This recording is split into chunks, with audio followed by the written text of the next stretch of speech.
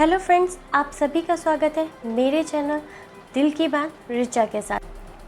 आज मैं आप लोगों के सामने एक ऐसी कहानी लेके आई हूँ जिसमें लोगों की मजबूरियाँ और हमारे भारत देश के लोगों के स्वाभिमान, उनका आत्मविश्वास और उनकी उपलब्धियाँ सभी कुछ बताया गया है। ये कहानी सिर्फ मेरी मनगढ़ंत कहानी है, इसका रियलिटी से कोई मतलब नहीं है। इस कहानी में जो भी पात्र हैं या जो भी किरदार निभाए गए हैं वो सिर्फ एक काल्पनिक है और ये कहानी काल्पनिकता है, पर इसे काल्पनिक से वास्तविक में बदलने वाले हम और आप ही होंगे।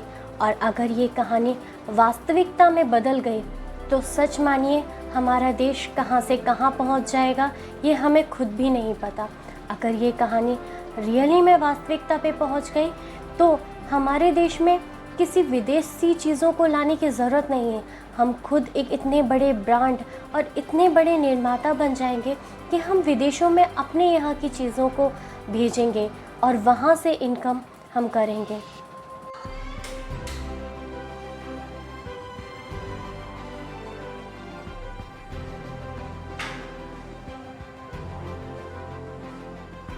ओ मासी जी,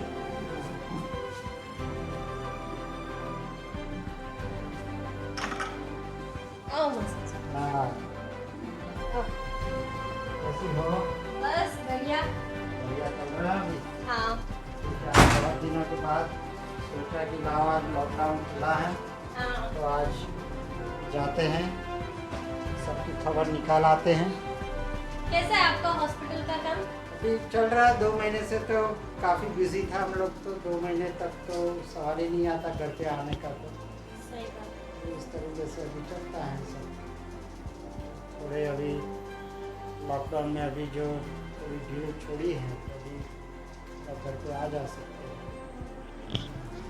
और भैया, आपकी प्रैक्टिस कैसी चल रही है सीए की? बस बहुत बढ़िया चल रही है, लेकिन भाभी अब माजरा ऐसा है कि 2 महीने से सब कुछ बंद पड़ा है। मैंने ऑफिस 2 महीने से खोला नहीं, तो हालत बहुत ख़राब हो गई है मेरी तो। और घर पर रहकर मेरा दिमाग भी ख़राब होने लगा है और ऊपर से काम वाली भी नहीं आती, तो मम्मी घर का सारा काम मुझे से करवाती है। सही है ये तो। सही है, उनका कॉलेज बंद है, उनसे काम होता नहीं है। सही है, लॉकडाउन में तो ये बहुत सारी प्रॉब्लम्स हैं। तो आप तो हॉस्पिटल में ही रहते थे अभी 2 महीने तक? अभी 2 महीने तक तो कोई सवाल ही नहीं आता था कि हम लोग घर पे आ सकते थे, क्योंकि शेड्यूल ही उतना बिजी था कि हम लोग छोड़ भी नहीं सकते थे हॉस्पिटल को। तो और एक तरफ घर पे काम वाली भी नहीं आ रही है अभी, तो काम वाली की फिर प्रॉब्लम है। और अगर काम वाली आती भी हैं तो वो भी थोड़ा डर रहता है कि भाई कहीं कोरोना, क्योंकि वो तो 17 जगह जाके आती हैं, हो सकता है कहीं संक्रमित ना हो जाए करके थोड़ा ध्यान रखना पड़ता है। तो अभी काम वाली आने लगी आपके घर? अभी हाँ, मैंने तो बुला ली, क्योंकि मेरी वाइफ से कुछ होता नहीं है और कामकाज होता नहीं है, तो मैंने तो काम वाली बुला ली अभी। अब तो मेरे घर पर भी काम वाली आने लगी, तो अब मुझे बहुत राहत की सांस लेने लगा, क्योंकि अब मुझे काम नहीं करना पड़ता है एटलीस्ट। तो मेरे घर पर आने लगी। क्या बात है मासा जी, आप तो एक डॉक्टर होके आप ये सोचते हो कि आप 2 महीने तक घर से पे नहीं आए, क्यों? क्योंकि आपका घर संक्रमित ना हो जाए, और फिर भी आपने काम वाली बुला ली। और भैया आप तो सीए हो, एक सब कुछ है, फिर भी आपने काम वाली बुला ली। अभी अब बात ऐसी है कि इसका कोई इलाज अभी तक मिला नहीं। सही बात है, आप जानते हो, ठीक है। तो अब कब तक घर पे बैठे रहेंगे? कभी तो ऑफिस खोलना पड़ेगा। और जब हमने काम स्टार्ट कर दिया तो फिर उन्हें क्यों बेरोजगार रखें? उन्हें भी तो कमाई चाहिए ना।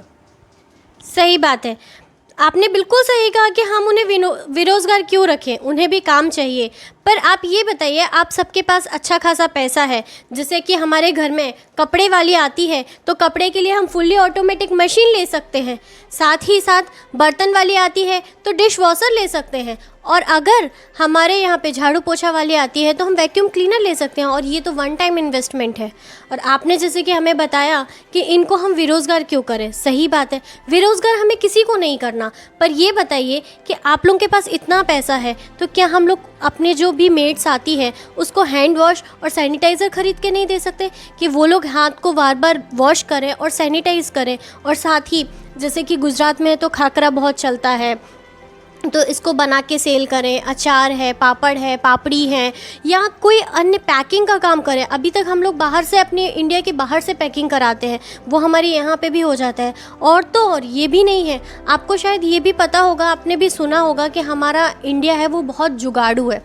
लोगों को लॉकडाउन में जब बाहर जाने, कुछ बस ट्रेन कुछ नहीं चलता था, उस टाइम भी ऐसा होता था कि लोगों ने अपने खुद के व्हीकल बना लिए थे, मोटरसाइकिल से ही अपनी बसें बना ली थी, सब कुछ बना लिया था, गाड़ियाँ बना ली थी जिसमें सामान भर के ले जाते थे, सब कुछ था। तो फिर ये लोग क्यों अपना काम, जब हमारे सिर पे आता है ना तो हम लोग खुद ढूंढ लेते हैं। आप एक सीईओ, आपको तो पता होगा कि प्रोफेशनल सीईओ को काम लाना पड़ता है, उनके लिए कोई ऐसा तो नहीं होता कि बोर्ड देख के आ जाता है, उनके टैलेंट के ऊपर काम आता है। तो हो सकता है हमारे घर में जो काम वालियाँ आ रही हों उनमें कोई ना कोई, क्योंकि हर इंसान में कोई ना कोई टैलेंट होता है, तो वो लोग भी खुद आत्मनिर्भर बन सकते हैं। उनमें इतना टैलेंट है, हमारे इंडिया के हर एक पर्सन में इतना टैलेंट है कि वो कुछ भी कर सकते हैं। पहले हमारे यहाँ मटके आते थे जिसमें हम ग्लास डोब के पानी लेते थे, आजकल उसका रूप क्या ले लिया, मटके तो आज भी आ रहे हैं, उसी मटके से पानी भी पी रहे हैं, पर उसमें नल लग गए हैं। बहुत सारी चीज़ें डेवलपमेंट होता जा रहा है। क्यों? क्योंकि हम लोग इतने टैलेंटेड हैं। तो क्या उन काम वालियों के लिए हम इतना नहीं कर सकते? अभी आपकी बातों से मैं सहमत हूँ। आपकी बातें सुनने के बाद मेरे विचार थोड़े बदले हैं, और अब मैं सोच रहा हूँ कि मैं मेरी काम वाली को हैंड सैनिटाइज़र दे दूँ और प्रिकॉशनरी जितने भी मेजर्स ले सकते हैं वो सारे उसको अज्ञात कराऊँ, उससे मतलब थोड़ा नॉलेज दूँ कि कैसे वो आत्मनिर्भर बन सकती है। और उससे आइडिया दूंगा कि आप पैकेजिंग का काम शुरू कर सकते हो जी, बाहर अचार, पापड़ ये सब जो काम मिलता है उसका पैकेजिंग करें और उसे बेचें, तो हम उससे लेंगे। वैसे वो चीज़ तो हम किसी ना किसी से लेते ही हैं, तो अब उससे लेंगे तो उसको रोज़गार मिल जाएगा। तो सोच रहा हूँ कि अब यही करूँ, और आपकी बात से मैं बिल्कुल सहमत हूँ। मेरा भी विचार यही है कि मैं अभी जो है काम वाली को बंद करके, मैं ये नहीं चाहता कि उसकी रोजी रोटी छीन जाए उससे, तो मैं ऑल्टरनेट उसको जो है कुछ सैनिटाइज़र वगैरह दूंगा। और जहाँ मास्क की हमको रिक्वायरमेंट काफ़ी बड़ी संख्या में रहती है तो उसको मास्क बनाने का भी मैं काम दे सकता हूँ उसको, तो किसी तरीके से उसका एम्प्लॉयमेंट चले ऐसा मैं कोशिश करूँगा। सही है, मैं भी ऐसा करूँगा। देखा आप सबने कि एक बात ने हमारी इंडिया की पब्लिक को कितना जागृत कर दिया। हम सभी भी ऐसा करते सकते हैं। हम अपने घरों में आने वाली काम वाली को बेरोज़गार नहीं करेंगे, उनको हम रोज़गार देंगे। पर दूसरी तरह से हम लोग बाज़ार से जाम लाते हैं, सॉस लाते हैं, या अदर चीज़ें जैसे मैगीज़ लोग बहुत ज़्यादा फेवरेट होती है। पर किसी को पता है कि सेवैया की मैगी अगर हम बना के खाएँ तो वो भी बहुत टेस्टी लगती है, और सेवैया घर पे बहुत ईजीली तरीके से बन सकती है। तो इन सबको हम यूज़ करके एक बहुत अच्छा एम्प्लॉयमेंट भी दे सकते हैं। बाहर से कपड़े लाते हैं, उनको पेंट कराते हैं, या टी शर्ट्स वगैरह हम लोग बाहर फ़ॉरेन से मंगाते हैं, क्या वो सब हम इंडिया में नहीं बनवा सकते? सब कुछ हो सकता है। तो प्लीज़ उनको अनएम्प्लॉयमेंट मत करिए, पर ये भी याद रखिए कि जो हमारी मेड्स हैं वो 10 घरों में जाती हैं, और 10 घरों से जब आती हैं तो पता नहीं कहाँ से कोरोना जैसी बीमारी लेके आती हैं। वो खुद तो इन्फेक्टेड होंगी, साथ में दूसरों को भी इन्फेक्टेड करेंगे। अगर आपके पास पैसा है, आप उन्हें पैसा दे सकते हो काम करने के लिए, तो प्लीज़ उनकी इतनी हेल्प करो कि उन्हें किसी तरह का रोज़गार दिलवा दो। साथ में उन्हें हैंड वॉश और हैंड सैनिटाइज़र उपलब्ध करा दो, साथ में एक मास्क हो सके तो वो भी, जिससे वो भी अपने घर में बैठकर अपने बच्चों के साथ सुरक्षित रह सकें और ऐसा काम कर सके जिससे उनकी रोजी भी ना जाए।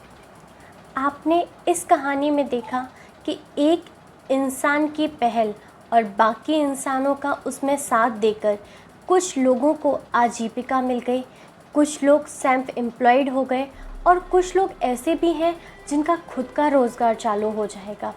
प्लीज़ इसे प्रमोट करिए और ऐसी सोच रखकर लोगों को रोज़गार दीजिए, जिससे आप भी रोज़गार रहें और लोगों को भी रोज़गार मिले।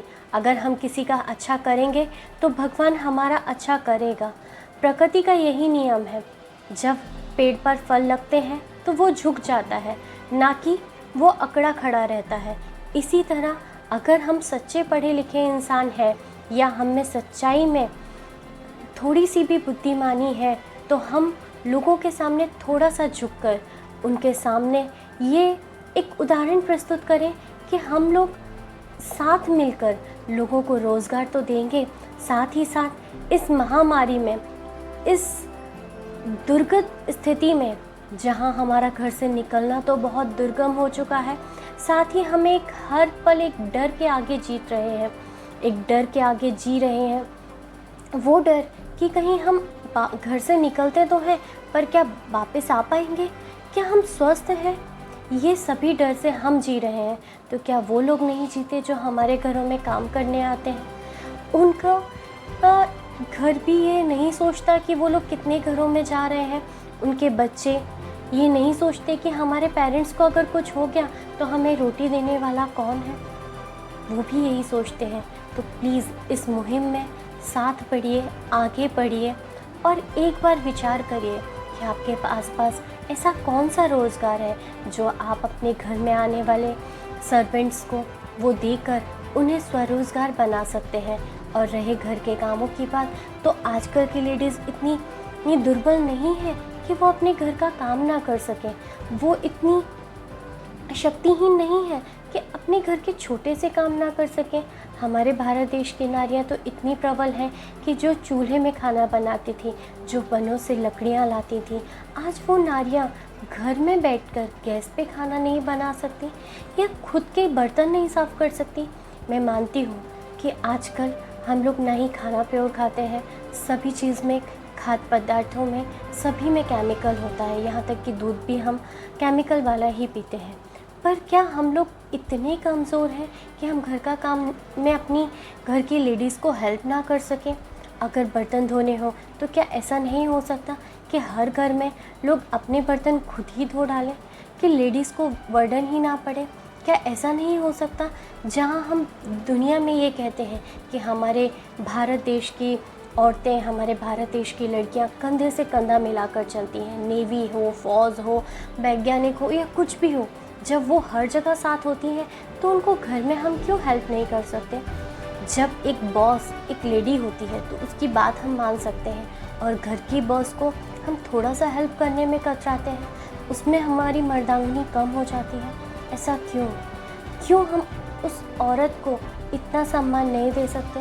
अगर वो सक्षम नहीं है तो ये मैं नहीं कहती, बहुत सारी लेडीज़ इसका मिसयूज़ भी करती हैं कि अब हमारे जेंट्स हमारी हेल्प कर रहे हैं तो हमें क्या ज़रूरत है काम करने की। नहीं, प्लीज़, अगर जो सच में नीडी है या जो सिर्फ पूरे टाइम घर में रहती हैं, उनकी हेल्प करना ज़रूरी नहीं है, पर जो घर और ऑफिस दोनों को संभाल रही है, या जो घर में रहकर भी विकलांग हैं, या उनके घुटनों में रियली में प्रॉब्लम है, या कुछ उनको ऐसी डिसीज़ है जिससे वो नहीं कर पा रहे हैं, तो बात अलग है। पर अगर ऐसा नहीं है और वो पूरे टाइम घर में रह रही हैं, कर सकती हैं, तो प्लीज़, मैं नहीं सोचती है कि जेंट्स को उस टाइम भी अपने बाहर के काम को करके आने के बाद घर में उनकी हेल्प करनी चाहिए। हाँ, थोड़ी बहुत करें, वो ज़रूरी है, क्योंकि इससे प्यार भी बढ़ता है और आप लोगों को साथ रहने का मौका भी मिलता है। पर प्लीज़ लेडीज़, इस चीज़ का गलत फ़ायदा मत उठाएं कि आपके मिस्टर्स, आपके फैमिली मेम्बर्स अगर आपकी हेल्प कर रहे हैं तो उस चीज़ को आप गलत डायरेक्शन में मत लेके जाएं। बहुत सारी जगह ऐसा होता भी है कि अगर जेंट्स थोड़ा झुक जाते हैं तो लेडीज़ उनको पूरी तरह से झुकाने की भी कोशिश करती है, तो वो चीज़ें गलत है। पर अगर ऐसा नहीं है, रियली वो नीडेड है, उनको हेल्प की ज़रूरत है, तो प्लीज़ उन्हें हेल्प करिए। अगर आपको मेरा ये वीडियो पसंद आया हो तो प्लीज़ मेरे चैनल को सब्सक्राइब करें, लाइक करें और शेयर करें। साथ ही साथ एक बेल आइकॉन का बटन होगा, उसे प्रेस करें, जिससे मेरे आने वाले सभी वीडियो आपको टाइम टू टाइम पर मिलते रहेंगे। Thank you.